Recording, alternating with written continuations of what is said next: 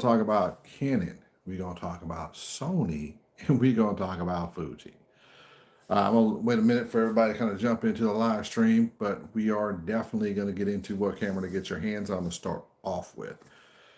First and foremost, I apologize for the 15 million notifications that were going live tonight, but we were having so many issues with the phone and going live. It was ridiculous. I didn't want to jump into the laptop to get a live going. Um, First off, we're going to talk about what cameras you should and should not buy. Behind me is the new Canon, which is the Canon V50R. This is actually a pretty dang good camera to start off with. It's just around 700 bucks to 800 depending on lens and kit you go with. 4K 60, 4K 30, HD, I believe up to 120 frames per second, but I think there's a crop on that, and the 4K 60 has a crop. This is actually a pretty good camera to start off with. I would not recommend this if it wasn't for the fact that Canon did a great job of fixing the 50 series camera. RF mount, so their special M mount. You're actually able to get a decent codecs with it, and you actually have a log. Though it's not their best log, at least you get a log. So that's a pretty good starter camera to get you going on the world. But it's not really designed for like content creators, so you're gonna come into like that weird look. Next on the list of cameras that I think could get your attention is gonna be Sony one. Now these are the ZV series. There's gonna be two of the ZV series in this particular post. Number one, we're gonna be talking about the ZV E10 Mark II later, but this is the Mark One. There's a drastic difference between the two cameras. The Mark One actually is 4K 30, not 4K 60, and it's also 1080p, but it has a couple edges over the Canon that I really like. You can do product pick placement. If you get a power zoom lens, you can actually power zoom control it. It has a Bluetooth adapter handle that allows you to take this camera, use it as a vlogging camera, and have all the controls on your hand, which is a super nice camera to go with. Thank you for joining us today. I appreciate it. You will definitely get a great camera here with the Sony. How you doing, Bill? Really? Bill Cosby? That's cool. Yo, so this camera takes you to the next level, the next edge over the Canon V50R. You're going to get a really good audio out of it. You're going to get the multi-shoe on it. You're going to get the touchscreen. You're going to get the Sony autofocus. And you're going to get all of the connectivity that you normally do not get with Canon. Yo, how you doing there, Pedro? So this is a killer starter camera. Hi. Loving it. Great camera to work with. And if you're looking to get into doing video, this is the one to get. You're also going to have the option of power zoom. Now, the other camera didn't have that. This one does. And the advantage of having the power zoom rocker on it is twofold. One, you can grab a power zoom lens and it will work for you right off there. So zooming in and out, you don't have to crank it and everything. This one is the Sony ZV-E10 Mark I. We're going to go over both of them. There's a Mark II in this list too. So as an entry camera, you're also going to have another advantage too. Not just a rocker and having the power zoom, you're going to have a better log to work with. As you start moving up and doing professional work, you're going to have to turn in some of the video in an S log or a Canon log or someone else's log. In the first camera, that camera did not have a good log. At a Canon log 3, not Canon log 2, which means you don't get as much color. Sony, on the other hand, oh, thank you, appreciate that, Pedro. Sony, on the other hand, it actually has the S-Log 3 starting in their $699 camera, which is really unheard of. So you get the best color codecs right off the bat. So you're winning. Now the next camera we're going to go over here is going to be a little different camera. We're going to go to Fujifilm. Now when we go into this Fujifilm, this is the XS20. Now most people don't know the Fuji. My day's going good, man. How's yours? Most people don't know that Fuji makes these video-oriented photo cameras, and they make a freaking excellent one. This one is number 2 on the list of cameras to get. A lot of people have been talking about doing open gates to get the vertical and the horizontal. And this has OpenGate in it, and it has an all-intra format. That's a 422 10-bit version of it. That's 360 megabits per second, which long term, it's it's the way that the camera works will give you the best possible video right off the bat. It's also going to do photography too, and that's awesome. How you doing there? The Tala, I can't pronounce the name properly. So this one will be my number two, and it's only number two out of this list of four cameras, only because it doesn't have the live streaming built into it. If it had live streaming built into it, it'd be number one. With its ability to shoot photos in an exceptionally well way, a 26 megapixel camera with a great APS-C setup and a ton of lenses, it's really like one of the top ones out there. It has all intra built into it, which is going to be one of those professional codexes, which most people won't be using, but it's a great way if you want to expand your ability to go forward. It has the ability to shoot RAW right out of it into an Atomos monitor, which is another huge plus. Like I said, this would be number one if it had streaming. This camera can also do the Lumix OpenGate. Now, I've had a lot of discussions with creators about OpenGate recently, and if you don't know what OpenGate is, it basically just means it uses the whole sensor instead of part of the sensor. Thank you for the love there. Thank you for the likes. It uses the whole sensor versus a 16:9. The advantage to this is you can recompose a whole lot later in post. The disadvantage of it with the Lumix version versus this Fuji camera, which is half the price, is that you get more color to work with. You get a real frame for frame video. Thank you. I love that. Appreciate it. And you actually get the ability to do post work that'll give you professional grade video that's better than the Fuji better than the Lumix that just came out, which is awesome that you can get this at $1,400.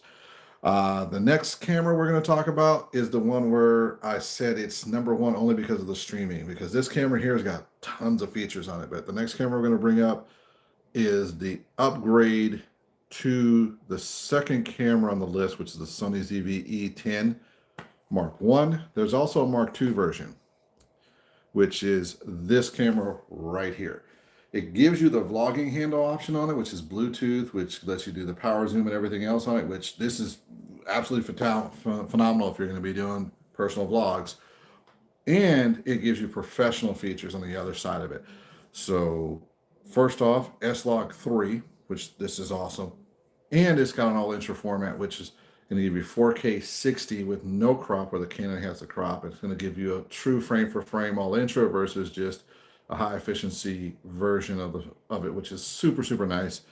It's going to give you the ability to do better audio on it because it's got a better audio track system built into it. And then for those who are really into like live streaming,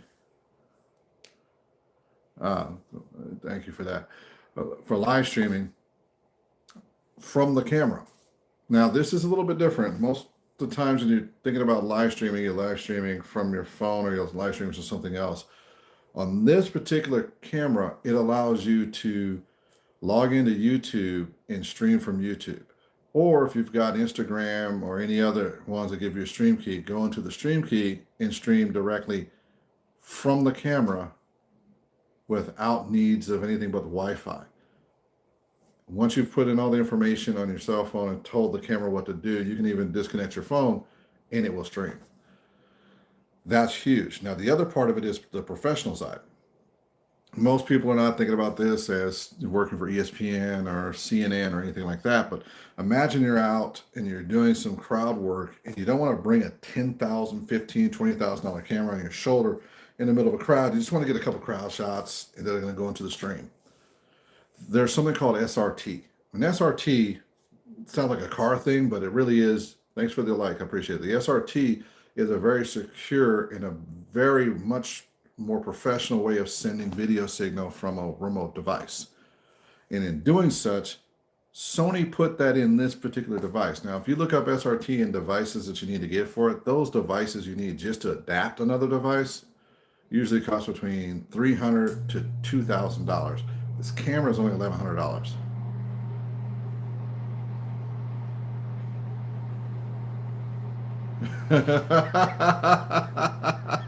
If you want to send me the camera, that's cool. So that really puts this camera at a whole nother level where you get a professional line camera. Like I said, it really just comes down. It just doesn't have open gate. That is one thing that people are not going to like.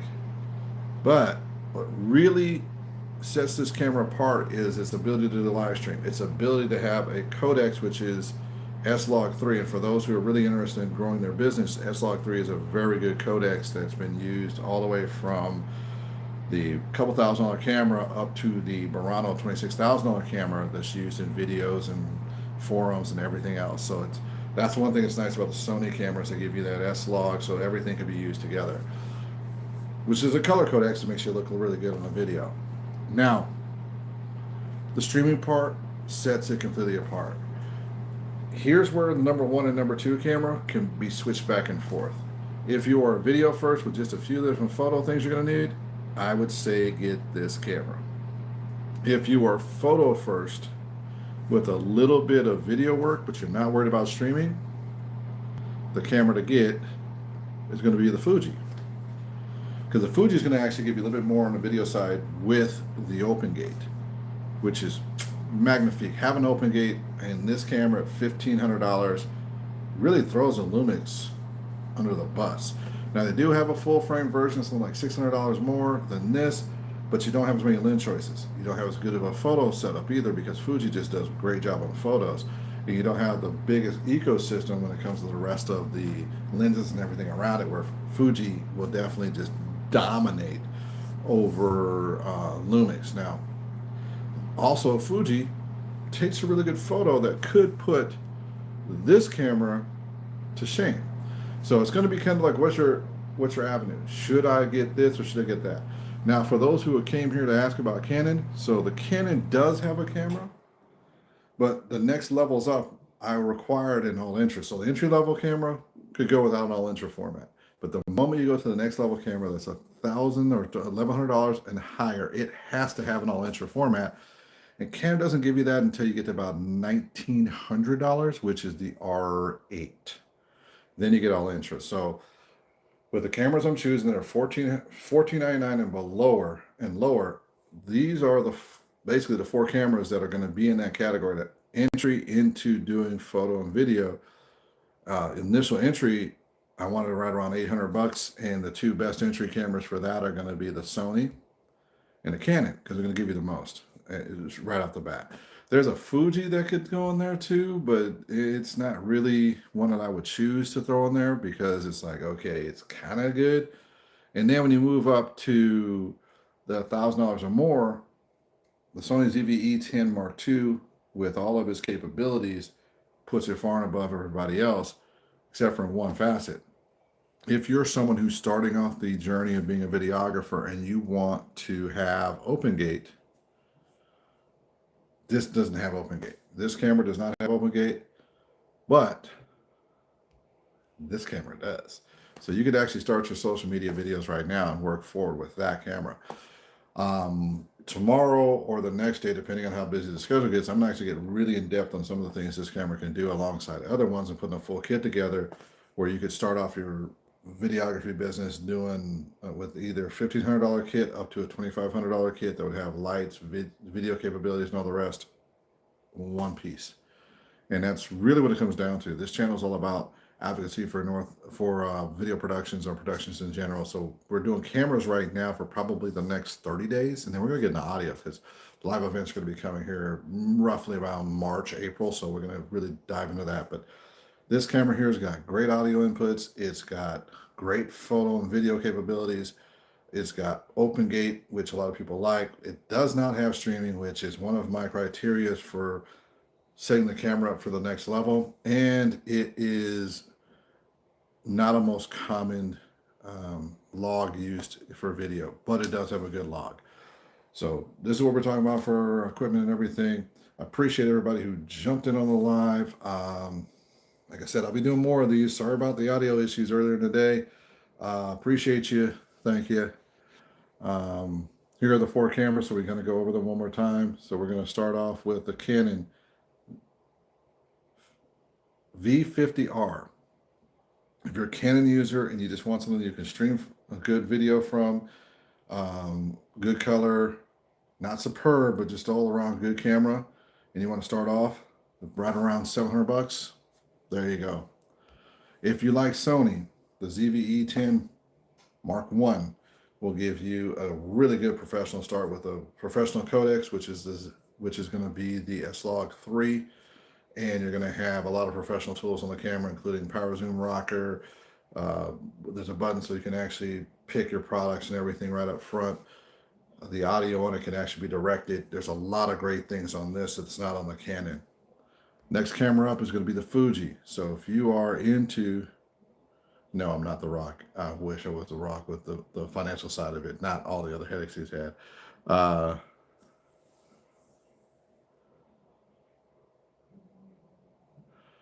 right, hold on. You got a good point there. Ole Henson, you are talking about less rolling shutter. Let's jump into this real quick. Are you still online? Because if you are, I want to talk to you about it. You brought up a good point no matter what. So read this comment. It was silent shutter with fast readout and less rolling shutter must be a selling point. That is, if you need it. That being said, let's look at this camera right here. So the ZV-E10 Mark II has the exact same sensor as the FX30, which has a really stellar readout time. I think it's like 1400 milliseconds, so you really don't have the rolling shutter with it. It's the same sensor that's in the FX30. So you're getting the same sensitivity, the same capabilities, and the same S-Log 3. Really just basically getting a baby version of the FX30 without the heat dissipation system. That is the reason why this is another camera that's on the list. Like killer. I don't really get into that, but yes, that is one of the reasons why this camera is the most stellar camera. And also other features in it. So the remote camera control. So you got the handle, and you've also got the app on the phone. So that does make a difference. But the rolling shutter, yeah, that is a much better camera for it because there is a huge rolling shutter difference when you're using the ZV-E10 Mark I. And also when you're using the Canon, there's going to be rolling shutter issues. That's the reason why when the Canon does a crop on the 4K 60, whereas the Sony does not do a crop on the 4K 60 because it's exactly the same sensor that's sitting in the FX30, sitting in the ZV-E10 Mark II.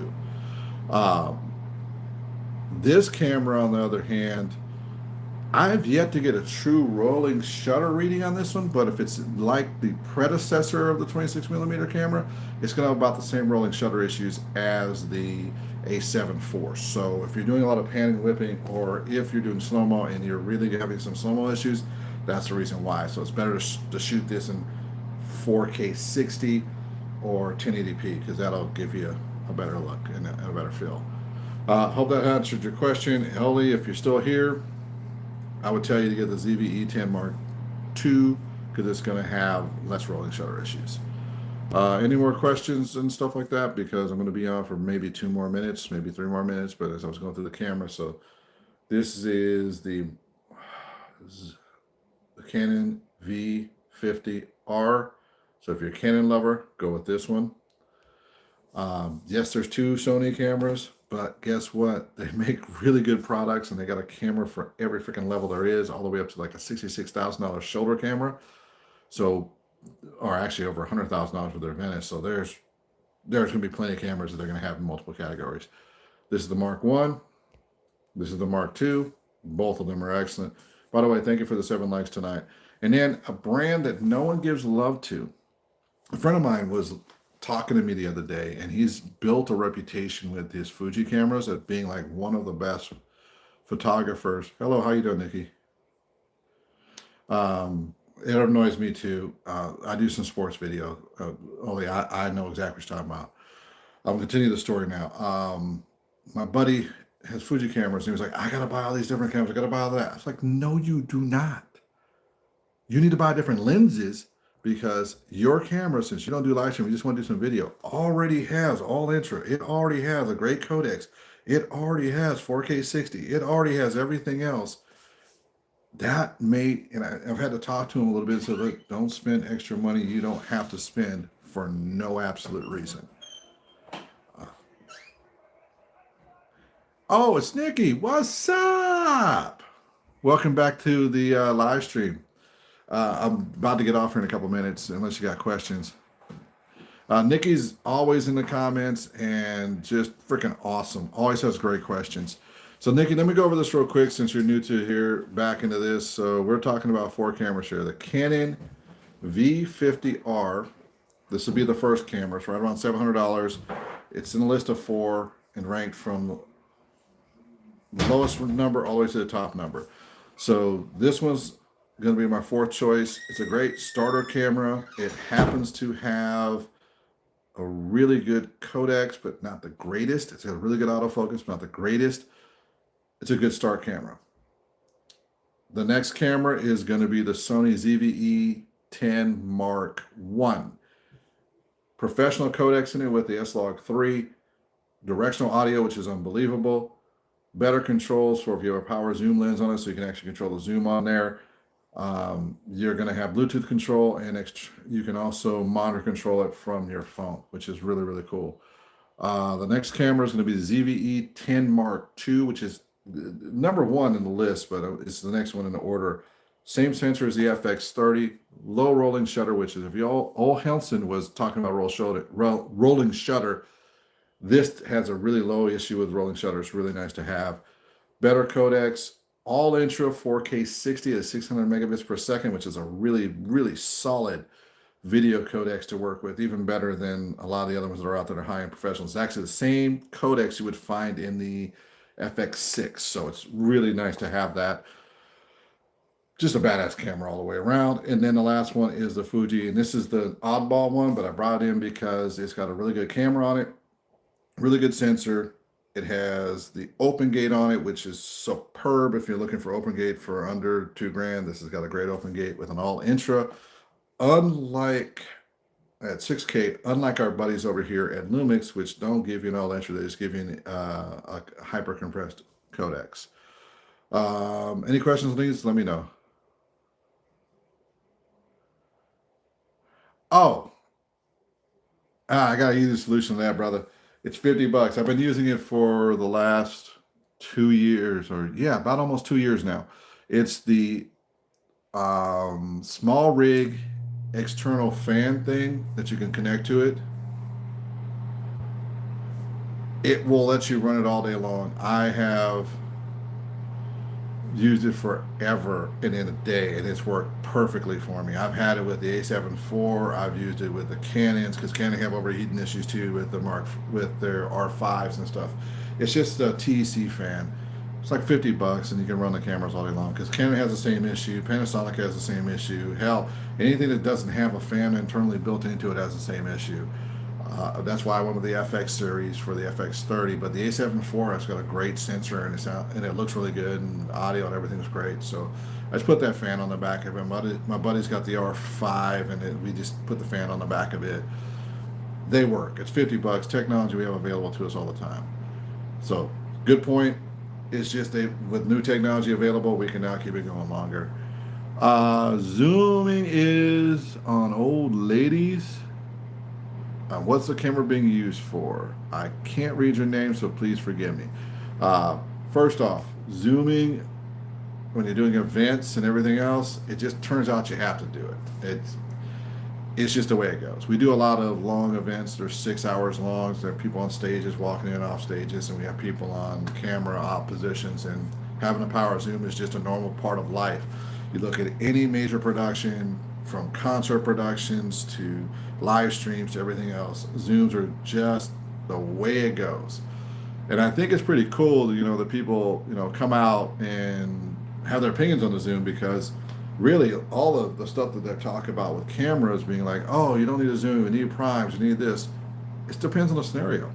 I see primes as something that you really need to do for fine touch work, some of the wedding stuff and everything else like that. But if you're doing a production day where there's somebody doing speeches, you got this, you're going to be moving all around. There's a reason why the 24 to 70 2.8 or the 2.0 is, depending which model you go with.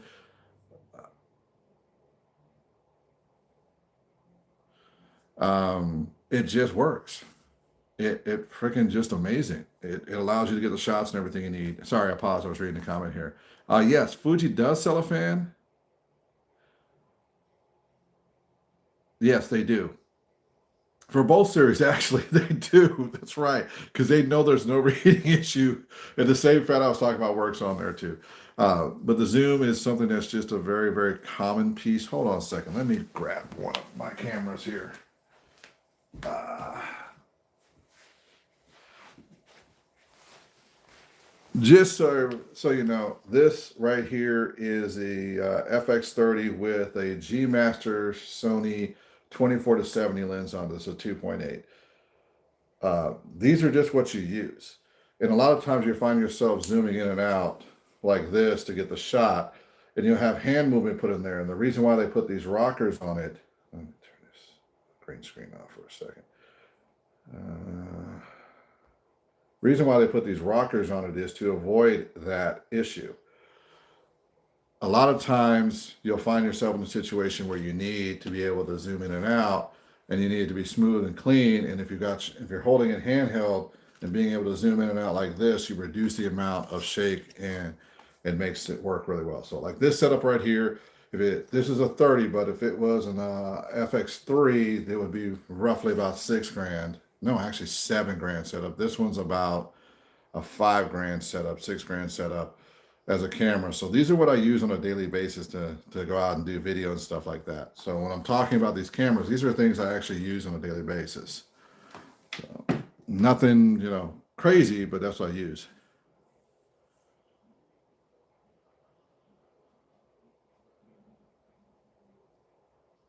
You got a good point on that on the camera. Cap, Capil, Capil. Hey, what's your question? I'm sorry, I can't pronounce your name all the way. And Ole Hansen, you're right, and you always got to be aware when you open up. When you open these up like this, you put the fan inside there. Be careful not to like crack this.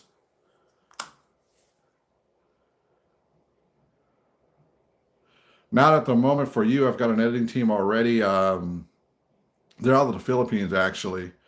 I have a whole team that they handle a lot of my editing for high-end production. But keep asking everybody, because somebody will say they have an editor that's not working for them. My editors just happen to do a very, very good job, and I'm always satisfied. They produce what I need to produce, and at a very fast rate and a very high quality. I'm very lucky too that their producer for them, or their manager lead, used to work for a television station out of the Philippines that was nationally broadcasted. So, she just happens to have the team, and she was also in Malaysia for a while too. Tons of great experience, just an amazing live person when it comes to live directing and everything else. So I said, you know what? You've got a team. You do a very good job. They're friends of yours, and you have not failed our team for the last 2 years. I'm going to put all my work your way. Every time I get a quote in for commercials, I provide the materials. Her team just provides a professionally done work that's just magnifique. But I would say, just ask everybody. When you get these live streams, you never know who may have some issues. Say, for example, I've heard of a couple people talking about they're just like, oh my God, my editor's just not getting at me at the speed I want. You may end up getting a job out of nowhere. So always ask. The expression is closed mouths don't get fed. So you're only going to get fed if you ask. Any other questions? Because I'm going to go over anything you guys want to when it comes to these cameras. And as you can see, I actually own the real deals. I'm not someone who's just talking about cameras. It's just, I don't own every camera. I've used or rented most, if not all, the cameras I'm talking about, or I've had my hands on them, except for the new Canon. I haven't yet, just because it released this year and it wasn't on my radar, because I wasn't looking for a camera that was under $700. But the other cameras, like one of them I bought for my son, the other one we're buying, I think 4 of them or 3 of them for the upcoming studio. We've got a quote in on it. I'm just waiting to hear back yes or no on the quote. That's a ZV E10s Mark IIs, because they're basically this camera, but a smaller version. Dummy batteries can prevent hot. Okay, Yes and no. So most of your heat's coming from actually writing on the cards. They're finding that especially with the Lumix, that's what's killing the Lumix, even though they have a cooling system. But by the way, the Lumix just is the trash when it comes to a cooling system above 80 degrees. Now, below 80 degrees, it's a great camera, but above it, it's just dying. Also, depending on the dummy battery, it can generate heat, but not as much heat as a lithium ion battery. And here's the other piece. And think about this one for a second, Oli. And I'm not taking away what you're talking about. I think you got a great point there. And I would normally you tell people to do dummy batteries if it's plugged into the wall. But if you're out and you've got your camera like it is here, I'd much rather you have a V-mount battery on it, putting a USB-C into this PD port right here, so it's always getting good power out of it, and then powering up anything else with it. That way, and the reason for that is if you're doing a long day, you got a long video, and the battery dies here, the external V-mount battery dies, this battery's still running, so it's not going to end your recording, and you can switch batteries out without worrying about the recording dying.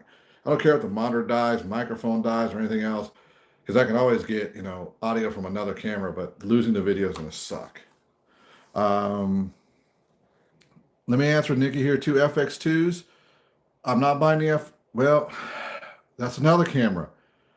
I might end up buying a couple FX2s also. I haven't decided which way I'm going to go on that. It depends on the studio we're building up and what it's going to be used for. I am looking at the FX2s for live events so that we can have a nice live event setup that's going to have both full frame and Super 35 capabilities that are going to look really, really well. So that's going to be something I'm thinking about. And that would be a 4-camera kit. That one, I'm contemplating that one. It's for that much money, I'd have to see. That would be cool. Nuclear power one. I'd have to see on that. Now let's get back to Ole Henson. What cards do I recommend? I recommend the Netro Ridge batteries. The Netro cards. And the reason why I recommend those, next Torridge. That's what's going. Hold on. I don't like taking these cards out, but I'll show you too real quick.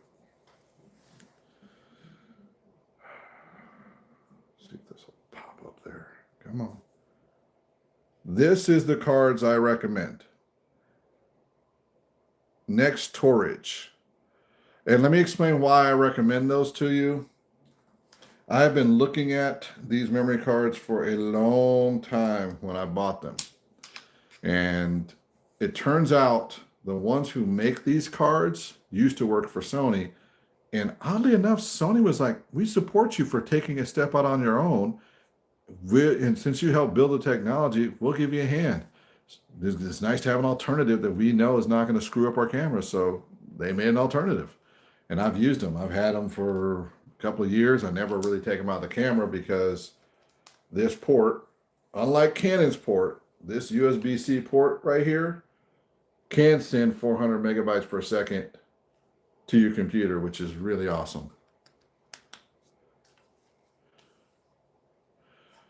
So that's really cool. Let's see. I do 20-minute astrophotography with power bank and dummy batteries.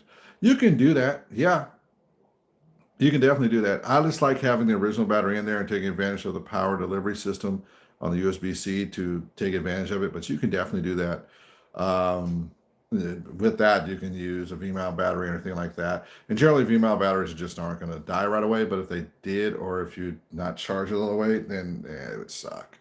Why are cards so expensive? That's what Nikki's question is. So Nikki, some of it's patents, some of it is they're just not making enough of them to reduce the cost. So if they're only making a few of them, but instead of making millions, they're only making a couple 100,000, it's just going to cost more. Now, some of it's just like Sony tax. They used to have a Sony tax for different types of memory, but now because Sony sold so many cameras, there's not really a Sony tax to it. The red mag, I have no idea why there's so much, because I'm getting just as good or better out of these memory cards than the red mags. And I've had no failures so far. And I've had friends with failures with just about every card manufacturer. And so far, no failures here. But they're following through the same way that, Sony built their tough cards. So it seems to be a solid card all the way through. And every codex it's worked with, and even in the 120 4K, it's worked, and it's just fine. Any other questions out there? Because I definitely will answer anything you have.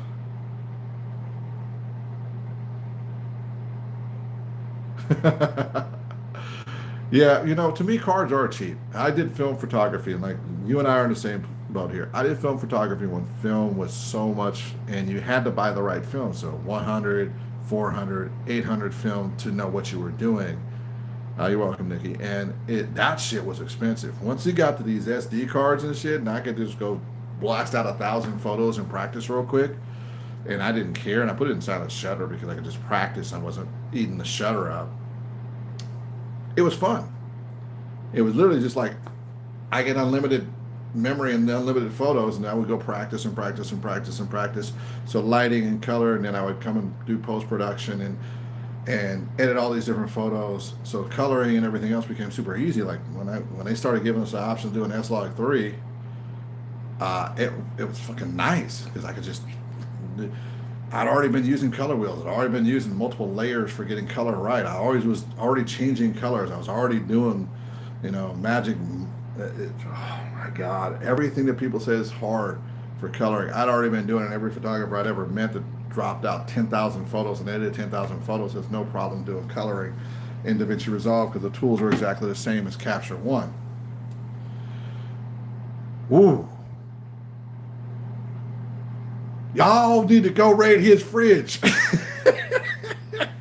That's money, y'all. That's money. He got money in that refrigerator. So that is insane. Are you serious? You got a refrigerator full of the Pro 400H. Oh, that's nice. I've always liked the 400. It's a nice balance to be able to get the sports and the rest in there and then get action. And the 100s are really good for stills. And it was really like, now that we have ISO, which is, let's be real, it's just gaining. It's not even correct at 100 and 400. So don't get fooled when someone tells you ISO is 100. It's not. It's, oh. He got Ektachrome, y'all. That's cool. I haven't seen that shit in a while, but you got Ektachrome. So he actually takes his time. He does real photos. He actually does some long, long exposure photos. He does some night photos and astrophotography. So this guy's he's definitely doing his thing. So if you have any questions, throw some questions his way or her way. I don't know. Oh, Henson. So I don't know one way or the other. I can't tell anymore comments. But if you got questions, especially on like long exposure, talk to that person because they know what they're talking about. There are certain things you just know when you see it. I got lucky and had a great teacher in long exposure photos too. And long exposure is a ton of fun, and you can even do it on video. And it's really cool where you can add a longer exposure and add like a shaky effect and stuff like that. So yeah, you can take some of the same techniques you use from photo here. Wait, no creeping. Are you talking about getting his Ektachrome? Man, his refrigerator alone is just like a vault of money. Just trust me. There's people that just buy the shit out of his fridge. That's just amazing. Me personally, no. I haven't used medium format. I know people have used medium format. It is a different style of doing photography. It's work because you have to think differently than full frame. So uh, it's actually less than, not more than, when it comes to your millimeters. So if you're at 50 millimeters, you really are at like 35 millimeters in a medium format. So it's crazy. But medium format, thanks for the likes.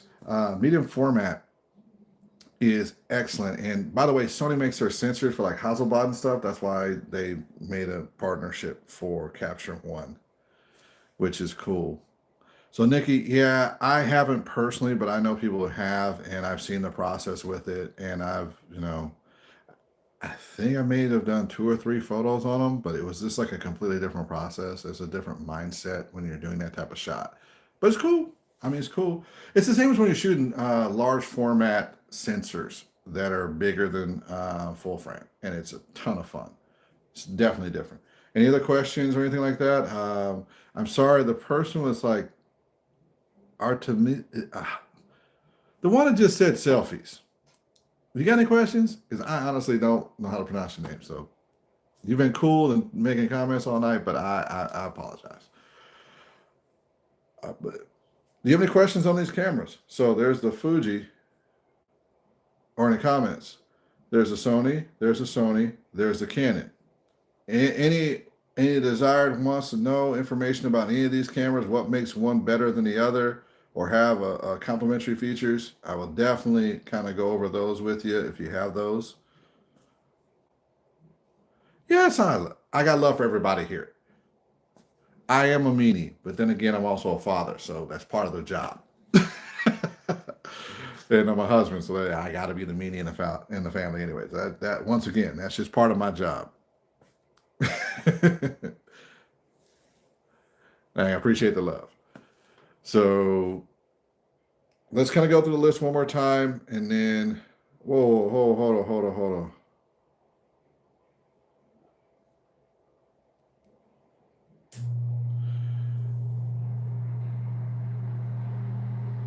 Personally, I don't care, Henson.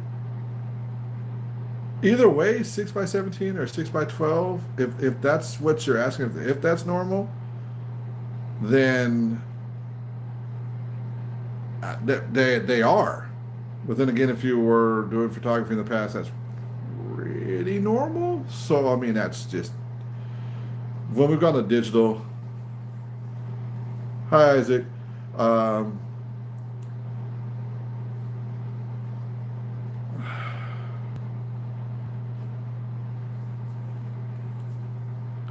were you talking about the framing of the photo, or were you actually talking about a zoom 617? So sorry, Henson, I may have misunderstood the question. Um, if you're into astrophotography, this camera here is awesome. This one right here. If you're into astrophotography, that Fuji is freaking awesome. It will take great photos. And then next in line,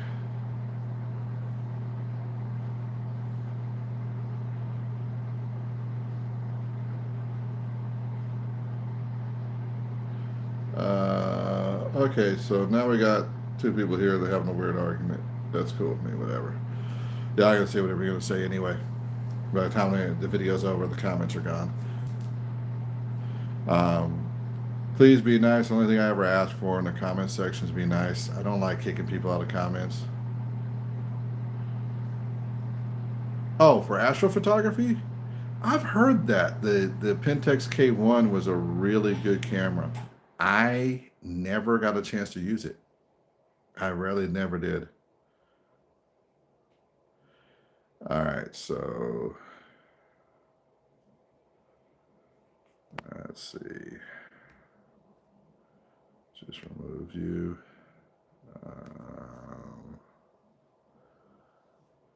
And remove you. All right, can you just not do those? If y'all want to fight, go another chat. I'm cool with y'all fighting in another chat. Just don't waste my time here and don't waste the other people's time. That's about the only thing I don't put up with is stuff like that. Everything else is cool. Y'all can joke amongst each other, but when it gets to be like that last set of chats there, I give you a first warning, and then after that, I'll remove you. It's nothing personal. It's just this is a space for the people I enjoy doing talking about photos and the drama and all the rest of that I don't like. Hey, Skyline, how you doing? 8 a.m. Well, it's getting to be late here. They're both gone. It looks like it was an Isaac and it was somebody else. They were just talking like, "Yo, where's AK?" and tonight's the night, and a fight like that. So I just removed both of them from the chat. It's just not something I tolerate. So it's just the way it goes. I got about 5 more minutes left on this chat. Here's the 4 cameras.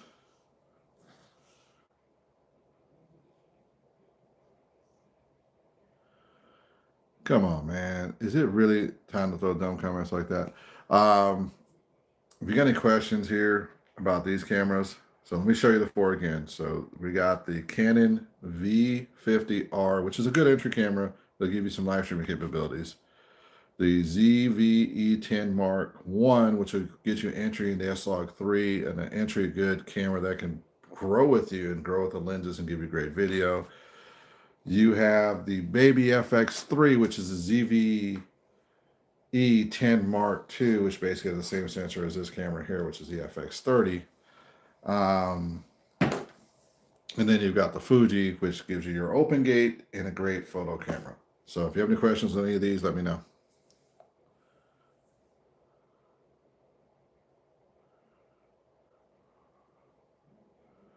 Oh, yeah. I remember those. Yeah, the GR lines. Oh my God. You're taking me back in the day, but yeah, I remember those. Those are fun. Those are fun cameras. Nikki, sometimes they are. I don't know, man. I can't figure this stuff out.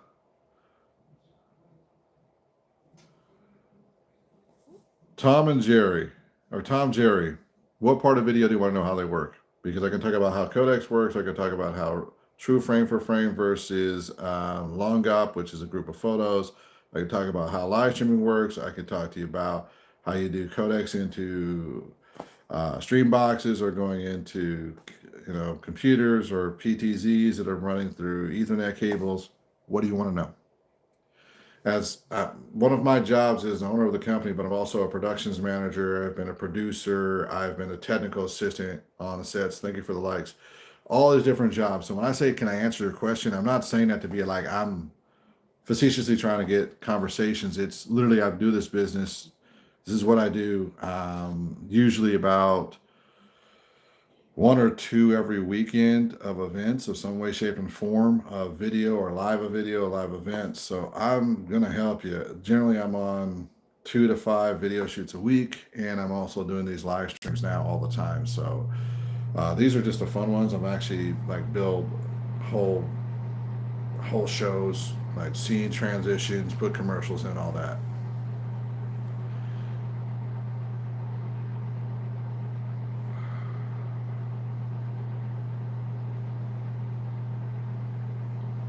I'm a mid-court handheld cam op for.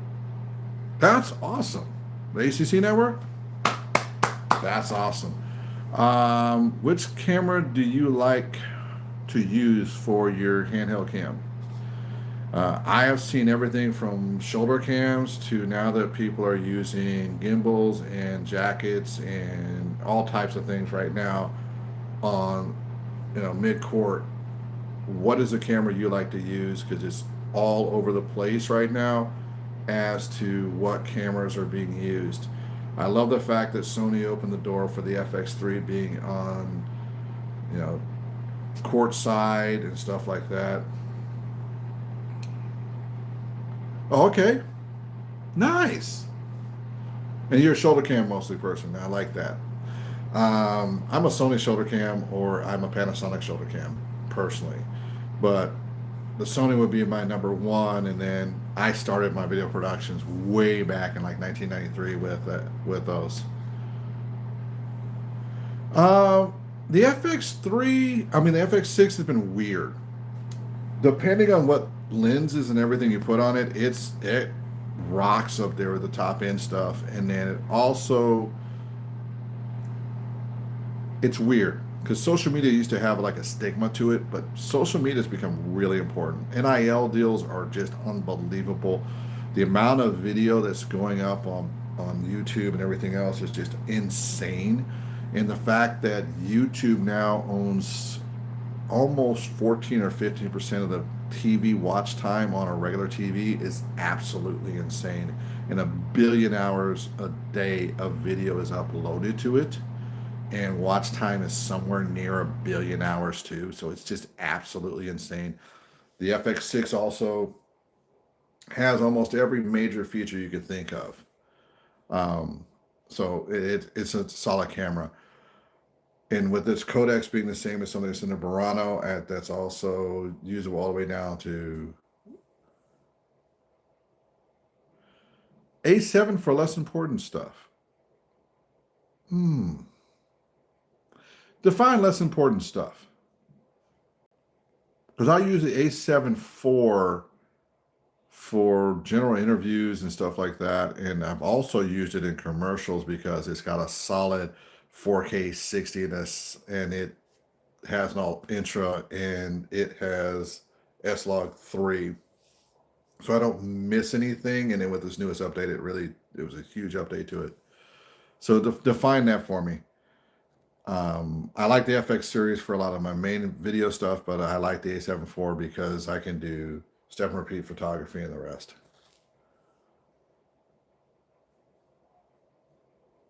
Huh.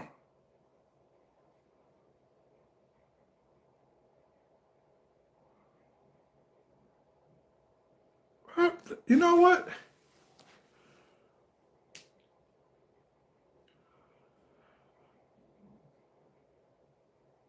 The track team gets the A7 and the football team gets the FX6. How come you make that distinction? Is it because that you can leave the camera on longer with the FX6 versus the A7? Or is it because you can rig it more? Or what would be the reason for that? Because I would think that if you're gonna leave the A7 for the track and then the football would get the FX6, the A7 should be able to handle the football stuff too. Nikki, the A7S4, if they do release it, it's going to be using the sensor that's in the A7 V is what I'm thinking they're going to use. That new sensor is absolutely insane. 8,000 ISO on it, and it looks superb. And that puts it right in the realm of where the A7S4 would be. But I really think the A7S series is dead. Use the A7R2. Oh, okay, yeah, absolutely. With a 42.5. I don't know which lens that one is. I do know that I had the 40 f2 from Zeiss, and that thing was just unbelievable. The Batiste lens was just stellar. Mostly file size. Okay. The FX6 doesn't have 8K. It has 4K, right? It doesn't have the 8K on it. I don't think. Maybe I'm losing my mind here. So correct me if I'm wrong. It's cool. If I'm wrong, I'm wrong. I'm easily humble on that. But I thought it was just 4K was its limit, and that you could do an external RAW on it. And that was one of the major advantages with it. But I could be wrong. File size is about the same too. I mean, I shoot the A7 IV or the A7. Well, I'll take that back. If you don't have the 4, it's not the same file size. If you have the 3, it's not the ssame file size. 4 it is. You're right. If it's a 4, it's a much smaller file size. But A7, I mean, A7 III. If it's a 4, it's the same file size.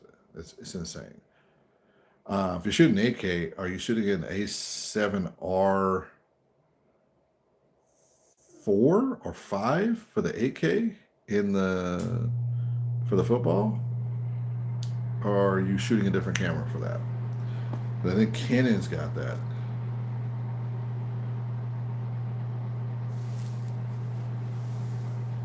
Yeah, you're right. It can go up to 16,000 with the Pentax. They were one of the first ones to get you some true low light. I've shot upwards to 25,000 ISO with A7 IV, and If you turn the noise reduction off, the grain you get on the raw just looks really like filmic grain. So it's easy to work with. If you leave the noise reduction on, dear Lord, it's going to look ugly and smeary. So it's best to just turn the noise reduction off on there. Oh, the 42.5 is a G Master lens. Sweet.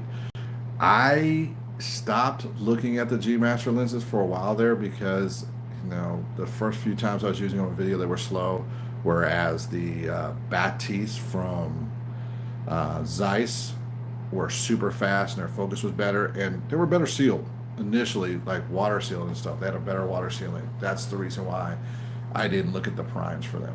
Now, don't get me wrong, as we see right here, the label. Hold on. The label. So you know what I'm talking about. So it was just that particular one was, I enjoyed the Batiste lenses and the color off them was just freaking amazing. But I have seen the new G Masters, some of the photos and videos from those. They're looking really good though. I probably should rent some this summer.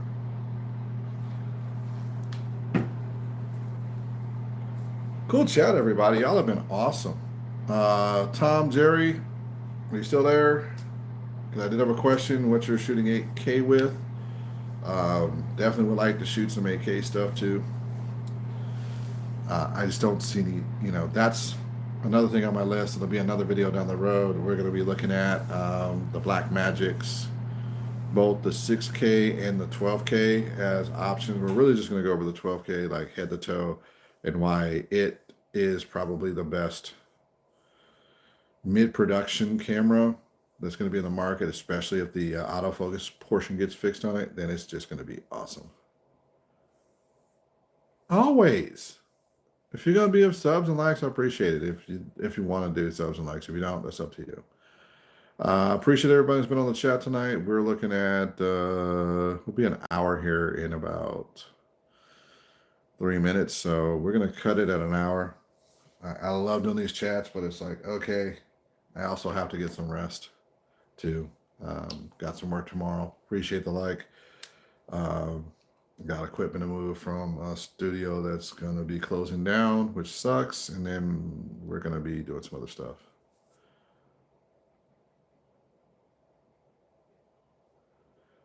If the Pentax is working good for you, use it. It's a tool. It's a camera. As long as they work, they work.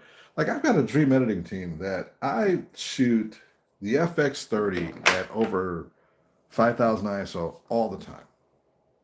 And that dream editing team can make my footage that normal people say it's just trash. You can't do 6,400 ISO. You can't do 5,000 plus ISO on the FX30. And they kill it and make it look great. I shoot all the time at 8,000, 12,000 ISO in the A7 IV. And our editing team just makes it look freaking spectacular. All I got to do is make sure I've got everything in my histogram in the right area. That's it. As long as I'm in the 600, 800, it works. And I get great video all the time. Nigga, you're awesome with the number ones. The Pentax is built like a tank.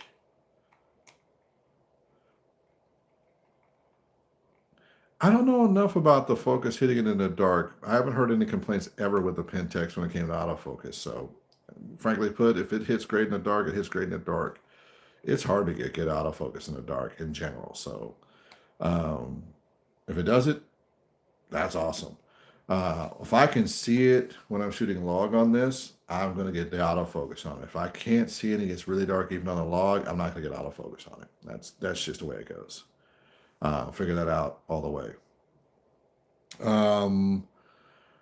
anyone has any questions on what I do, how I do, and other stuff like that, you can jump into my videos. There's links to the website and stuff like that.